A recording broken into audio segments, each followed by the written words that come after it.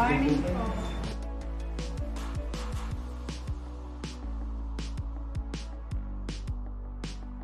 Ako si Violeta Ardesa, katira sa Mamunig, San Marinduque, 60 years old, isang SS pensioner.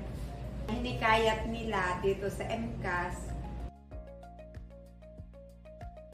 May pumunta sa aking empleyado ng MCAS, ay maganda yung paliwanag nila, pinag-usapan namin yun. Sabi ng mga anak ko, okay lamang. May nag-aalok sa akin, hindi ko nagustuhan yung kanilang paliwanag. Ang MCAS dumating sa akin, maganda ang paliwanag. Kaya hindi ako nagdalawang isip, pinasukan ko.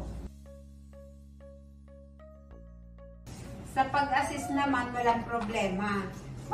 Pagpasok mo pala ng pinto, andyan na sila. Maliwanag naman po nilang naipaano sa akin yung mga dapat kong malaman, yung terms and condition. Madali naman po silang mag-release. Hindi po problema, wala po silang gaanong hinihingi sa aking mga papel. Linis ang ano nila, opisina, mga friendly yung mga empleyado. Tapos may pa-candy pa sila. Kung gusto mo magkape, walang problema, andyan ang kape. Dito sa MCAS, naging kliyente nila ako, naging agent pa. Nagkaroon pa ako ng extra income, tulong sa pamilya ko at sa aking mga estudyante. Malaking tulong sa pamilya ko ang MCAS. Hindi sila nagdalawang isip na pagbigyan ako nila kahit hindi nila ako kilala. Malaking naitulong sa pamilya ko dahil ako, isang solo parent, mag-isa lang na buhay.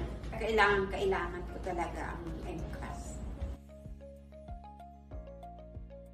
Dito sa MCAS, mabilis ang proseso, affordable ang kanilang interest.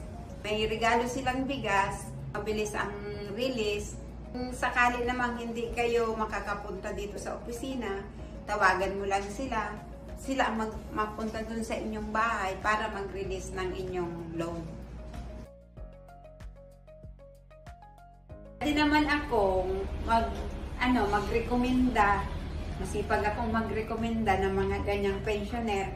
Marami akong kakilala na pwede kong i-apply sa kanila at ipaliwanag sa kanila kung ano yung naranasan ko sa MCAS. Kung ikaw ay GSIS pensioner at saka SS pensioner, gusto ninyong mag-apply, madali lang.